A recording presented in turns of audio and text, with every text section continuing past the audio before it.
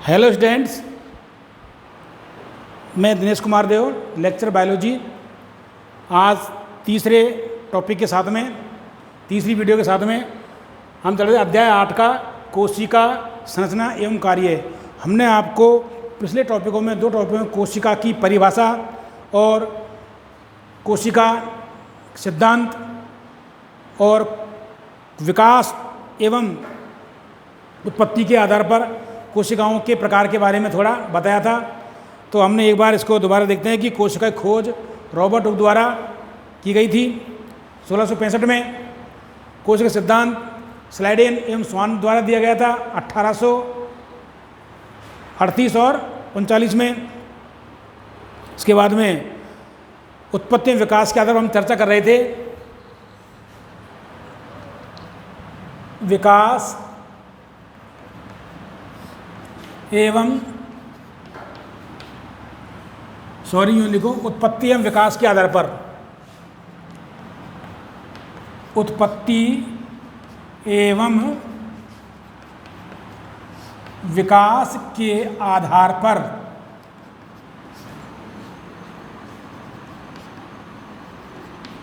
कोशिकाओं के प्रकार, ये टॉपिक चल रहा था हमारा। विकास एवं उत्पत्ति के आधार पर कोशिकाओं के प्रकार। इसमें देखिए 2 प्रकार की कोशिकाएं होती हैं। 2 प्रकार की कोशिकाएं होती हैं। विकास एवं उत्पत्ति के आधार पर कोशिकाएं 2 प्रकार की होती हैं। पहली है प्रोकैरियोटिक कोशिका, प्रोकैरियोटिक कोशिकाएं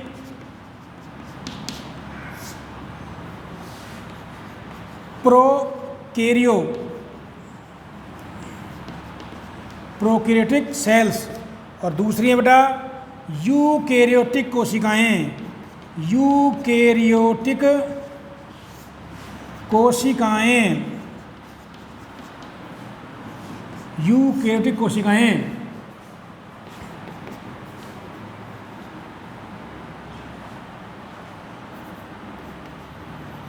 यूकैरियोटिक सेल्स। इसमें देखिएगा आप प्रोकैरियोटिक कोशिकाएं, प्रोज माने फर्स्ट या प्रिमिटिव, अर्थात आदिम कोशिकाएं। ये कोशिकाएं होती हैं प्रोकैरियोटिक कोशिकाएं, जैसे जीवाणु, नील हरित शैवाल, नील हरित शैवाल और माइकोप्लाज्मा। और यूकैरियोटिक में आप आ जाएंगी पादप कोशिका व जंतु कोशिका। तो प्रोकैरियोटिक कोशिकाएं वे कोशिकाएं होती हैं, ध्यान देना बेटा, जिनमें सुविकसित एवं सुव्यवस्थित केंद्रक एवं केंद्रक झिल्ली नहीं पाई जाती हैं। कौन सी कोशिकाएं?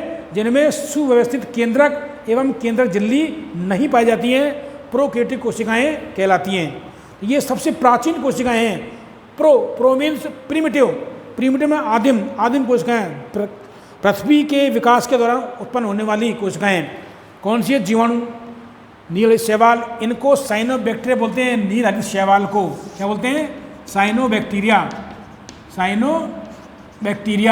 नया नाम है इनका, नील हरित शैवाल का साइनोबैक्टीरिया।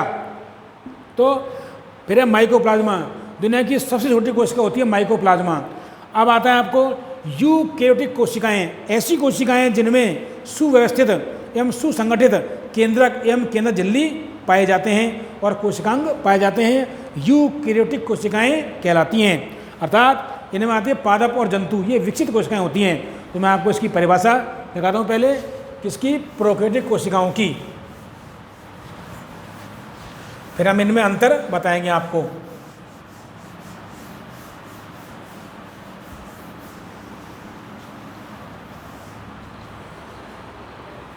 देखिएगा प्रोकैरियोटिक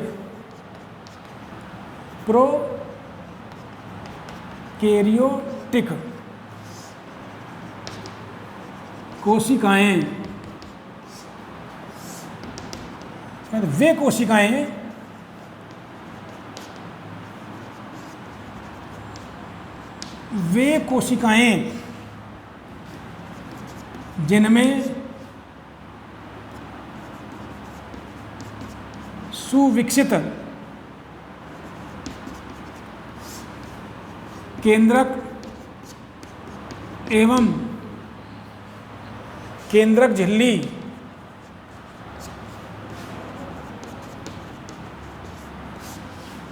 नहीं पाए जाते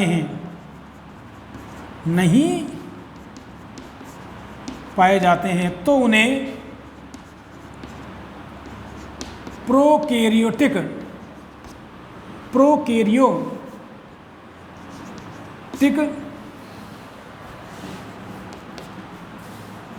कोशिकाएं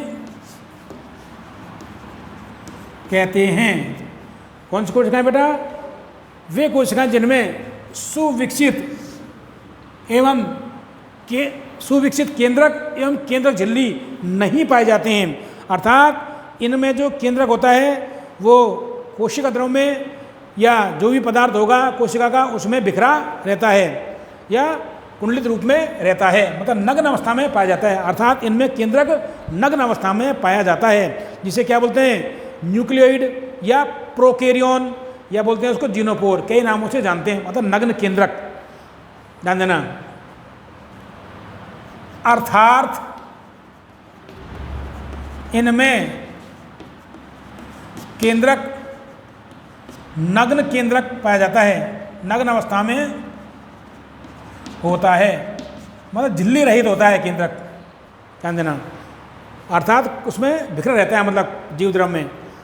एग्जाम्पल देखो, उदाहरण लिखा है मैंने पहले ही, जीवाणु, नील हरित शैवाल और माइकोप्लाज्मा। ये सबसे आदिम प्रकार की कोशिकाएं होती हैं। अर्थात इनमें झिल्ली युक्त कोशिकांग भी नहीं पाए जाते हैं। इनमें झिल्ली रहित कोशिकांग राइबोसोम अवश्य पाया जाता है। ये मैं आपको प्रकार की जो कोशिकाएं हैं बेटा वो होती है प्रोकैरियोटिक कोशिकाएं। ये हो गई हमारी। अब आती है दूसरे प्रकार की कोशिका, यूकैरियोटिक कोशिका। कौन सी कोशिकाएं? यूकैरियोटिक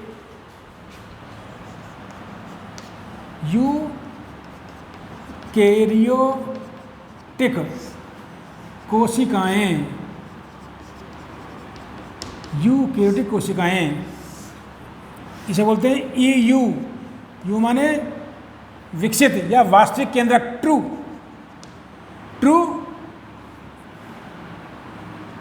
और कैरियन, KARYON, मतलब न्यूक्लियस, मतलब वास्तविक केंद्रक पाए जाते हैं। इनमें वास्तविक केंद्रक और केंद्रक झिल्ली पाए जाते हैं। तो ऐसी कोशिकाएं जिनमें, देखो ध्यान से,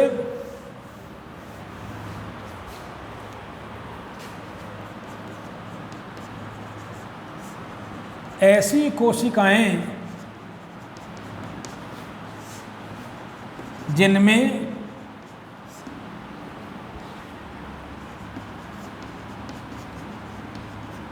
सुविकसित केंद्रक एवं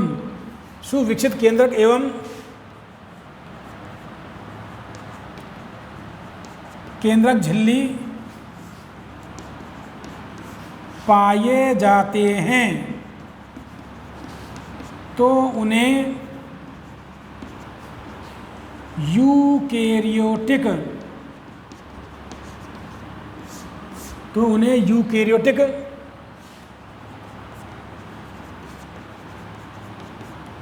कोशिकाएं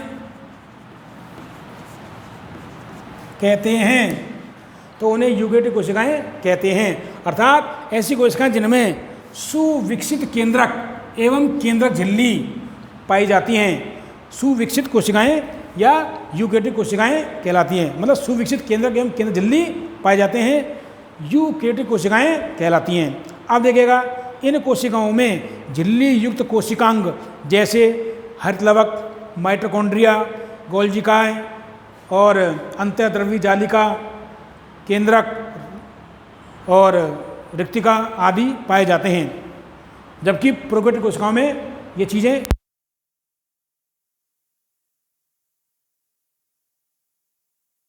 पादप कोशिका, पादप एवं जंतु कोशिका, पादप एवं जंतु कोशिका ये होती हैं। तो हमने यहाँ तक आपको पिछले टॉपिकों में करा दिया था। अब आता है, ध्यान देना, अंतर प्रोकैरियोटिक एवं यूकैरियोटिक कोशिकाओं में अंतर। ये देखिए, ये इंपॉर्टेंट है बेटा, परीक्षा में आता है प्रश्न ऐसे कि प्रोकैरियोटिक एवं यूकैरियोटिक कोशिकाओं में उदाहरण सहित अंतर बताइए। ये बहुत इंपॉर्टेंट क्वेश्चन बनता है। तो देखो यहाँ आता है,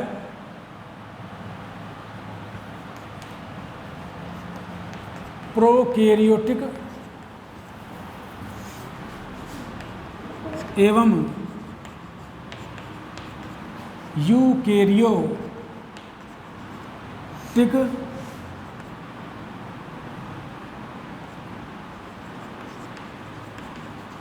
कोशिकाओं में अंतर करके पढ़ेंगे तो हमें आसानी से समझ में आ जाएगा इसको। तो देखिएगा, हम एक सारणी बनाते हैं, ध्यान से देखना, ये अंतर हो गया इसका टॉपिक। अब आता है एक सारणी बनाते हैं इसको हम।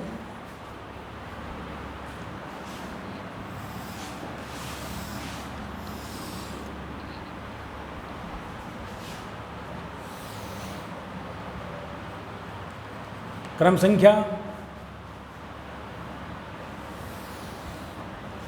और ये पाठ, ऐसा एक टेबल बनाते हैं।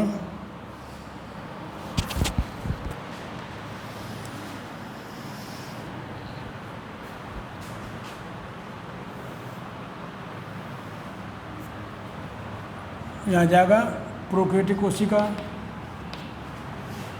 यहाँ जाएगा आपको लक्षण प्रोकैरियोटिक कोशिकाएं, यहाँ जाएगा यूकैरियोटिक कोशिकाएं, यूकैरियोटिक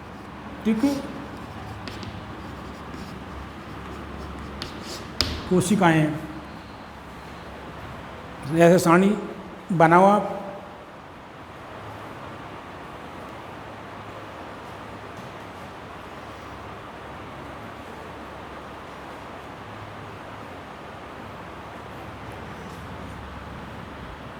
लक्षण प्रोकैरियोटिक कोशिकाएं और यूकैरियोटिक कोशिकाएं, ये क्रम संख्या। अब इसमें हम पहले इनके लिख लेते हैं हम एग्जाम्पल, उदाहरण। इसके तो आ जाएंगे आपको जीवाणु, क्या आ जाएगा, जीवाणु, नील हरित, शैवाल और माइकोप्लाज्मा एवं माइकोप्लाज्मा, ये तीन कोशिकाएं आती हैं इनमें। जीवाणु, नील हरित, शैवाल, इनको हम साइनोबैक्टीरिया बोलते हैं बेटा, और माइकोप्लाज्मा इसमें आती है पादप एवं जंतु, पादप एवं जंतु कोशिकाएं, जंतु कोशिकाएं। ठीक है। अब पहला, सबसे पहले अंतर्गत दृष्टि से हम इसको करेंगे।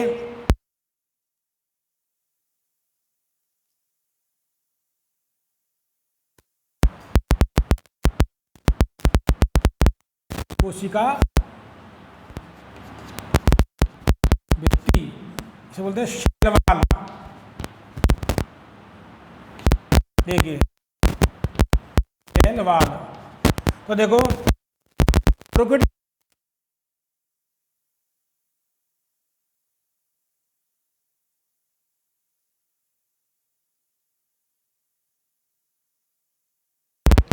कोशिका भित्ति उपस्थित होती है और म्यूकोपेप्टाइड, म्यूकोपेप्टाइड या पेप्टिडोग्लाइकोन, पेप्टिडोग्लाइकोन की बनी होती है। किसकी बनी होती है बेटा? म्यूकोपेप्टाइड उपस्थित होती है, कोशिका भित्ति पाई जाती है, और म्यूकोपेप्टाइड या पेप्टिडोग्लाइकोन की बनी होती है। पादप कोशिकाओं में कोशिका भित्ति पाई जाती है, जबकि जंतु कोशिकाओं में कोशिका भित्ति नहीं पाई जाती है। इसमें इसमें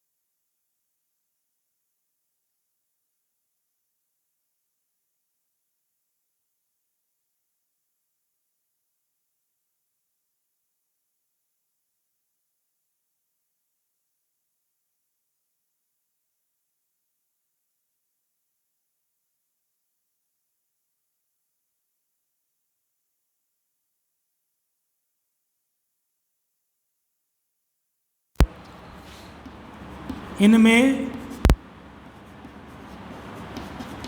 सुविकसित केंद्रक एवं केंद्रक झिल्ली पाए जाते हैं।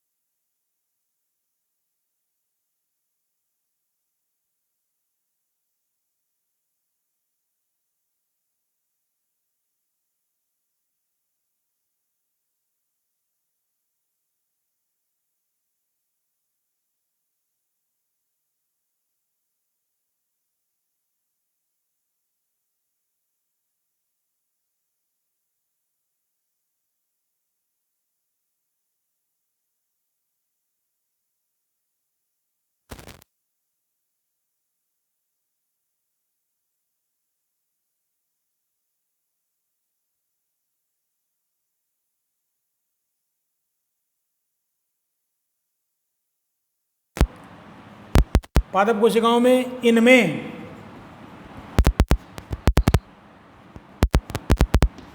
सुविकसित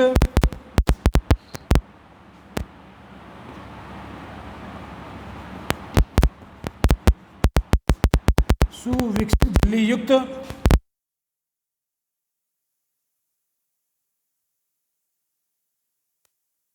कोशिकांग पाए जाते हैं।